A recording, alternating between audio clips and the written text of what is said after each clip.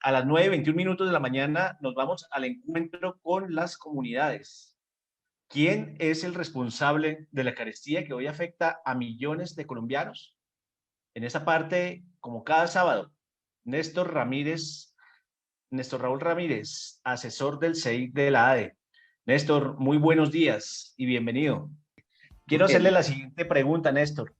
¿Será cierto que es por culpa de la izquierda, de los comunistas, de Petro, la situación que está pasando con el encarecimiento de los precios y el costo de vida en el país?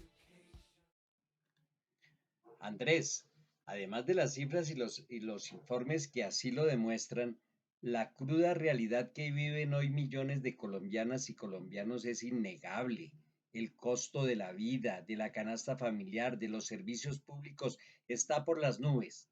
La papa, que antes de la pandemia se compraba a 400 pesos la libra, hoy está alrededor de 2.000 pesos, es decir, que aumentó en un 500%. La carne que estaba a 7.500 hoy no se consigue por menos de 12.000, solo por colocar dos ejemplos muy significativos. Y las respuestas que al respecto se escuchan por la calle y a través de los medios de comunicación y las redes sociales señalan que la culpa de esta situación es de la izquierda, de los comunistas, del paro nacional, y que si llega a ganar Petro esto se va a poner peor que en Venezuela. Una mentira 1000 veces repetida pareciera que se convierte en verdad. Lo mismo sucedió con el cuento del castrochavismo y con el cuento de que le iban a entregar el país a la guerrilla y lograron. Esta extrema derecha violenta y corrupta logró con mentiras que amplios sectores de la población, en medio de la ingenuidad y de la ignorancia, votaron en el 2016 por el no, en contra de la paz que tanto necesita el país. A este país no lo ha gobernado la izquierda, siempre lo ha gobernado la derecha y en los últimos 20 años ha predominado la extrema derecha. Petro aún no ha gobernado a Colombia. Lo hizo en Bogotá con muy buenos resultados que la corrupta derecha trata de hacer invisibles o desacreditar con la mentira. Petro rebajó el valor del pasaje en Transmilenio. Eso es algo nunca visto. ¿Cuándo se ha visto que rebajen el valor del pasaje de los pasajes de transporte? Eso lo hizo Petro.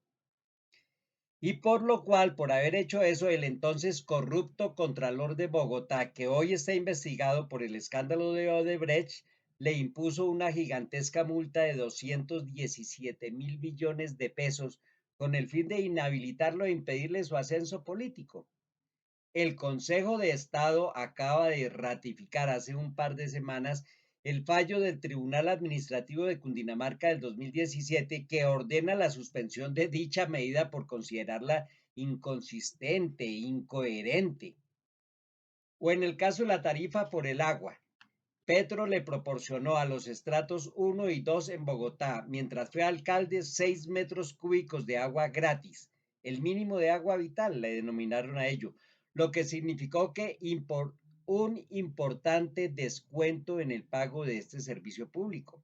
Esto por citar también solo dos ejemplos que no pueden ser desmentidos por nadie, para no mencionar el enorme listado de los logros alcanzados, la entrega de numerosos comedores comunitarios y jardines infantiles que llegó el señor Enrique Peñalosa y cerró, la construcción de hermosos colegios públicos, etcétera, etcétera, etcétera.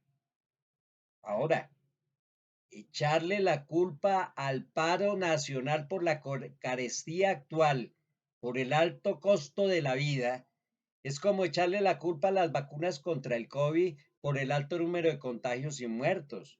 Todo lo contrario, el paro nacional, el enorme estallido social en el que participaron millones de colombianas y colombianos de manera pacífica, obligó al gobierno de Duque a retirar el proyecto de reforma tributaria que le colocaba impuestos a las pequeñas y medianas empresas, que pretendía congelar por 5 años los salarios de los trabajadores. Ahora, no se puede olvidar que en el 2019 Duque impuso una reforma tributaria que exime del pago de impuestos a los grandes capitales y empresarios. El paro nacional también obligó a retirar el proyecto de reforma a la salud y a la seguridad social, que solo beneficiaba a los grandes mercaderes de la salud cada vez más enriquecidos gracias a la ley 100 propuesta en 1993 por el entonces senador Álvaro Uribe y que privatizó la salud pública y trajo la carrera de la muerte, entre otras. El paro nacional obligó también al desmonte del nocivo decreto 1174 que iba a permitir a los empresarios pagar salarios por debajo del salario mínimo y contratar por horas, afectando principalmente a las y los jóvenes.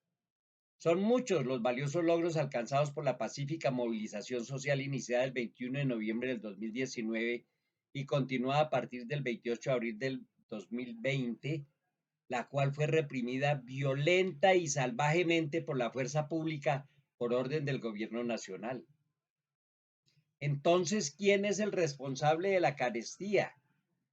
El alto costo de la vida, los altos precios en los alimentos y en los servicios públicos, en el transporte y las comunicaciones, es el resultado de las políticas públicas neoliberales impuestas por el gobierno de Iván Duque, acatando sumisamente al Fondo Monetario Internacional, al Banco Mundial, a la OCDE, políticas que solo favorecen a unos pocos. El alto costo de la vida, los altos precios en los alimentos y en los servicios públicos y en el transporte y las comunicaciones es el resultado del pésimo manejo por parte del Ministerio de Hacienda y el Banco de la República, que ha permitido la exagerada devaluación del peso colombiano frente al dólar. Hoy el peso colombiano está por debajo de la moneda venezolana inclusive, y el alto costo de la gasolina y los combustibles que incrementan las tarifas en el transporte son el resultado, además, de la desprotección de la producción nacional y de la importación de alimentos a costa de la seguridad alimentaria y de la quiebra del campo colombiano. La carestía es el resultado de la ausencia de una política de regulación de precios y de protección al consumidor. Es lo que ya hemos dicho, el resultado de un gobierno que favorece a unos muy pocos sin importarle la suerte y las condiciones de vida de la mayoría de la población. Y entonces, ¿qué hay que hacer? El próximo 13 de marzo, las y los trabajadores del país tenemos la posibilidad de cambiar esta situación castigando en las urnas a quienes sí son los responsables de la carestía, del alto costo de la vida, de la quiebra del campo colombiano y de la industria nacional, de la rampante corrupción, de la violencia y la guerra que cada día cobra más víctimas en medio de masacres y de asesinatos de dirigentes sociales. Y votaremos por la paz, por la democracia y el progreso del país, por el bienestar de la mayoría y no solo de unos muy pocos. Desde la Asociación Distrital de Trabajadores y Trabajadoras de la Educación, ADE, las y los invitamos a votar por las listas al Senado y a la Cámara de Representantes que presenta el Pacto Histórico, una coalición de fuerzas políticas y sociales democráticas, alternativas y progresistas. Y solicitar también el tarjetón de la consulta del Pacto Histórico para la candidatura a la presidencia de la República, para votar por el precandidato Gustavo Petro. Solo el pueblo salva al pueblo.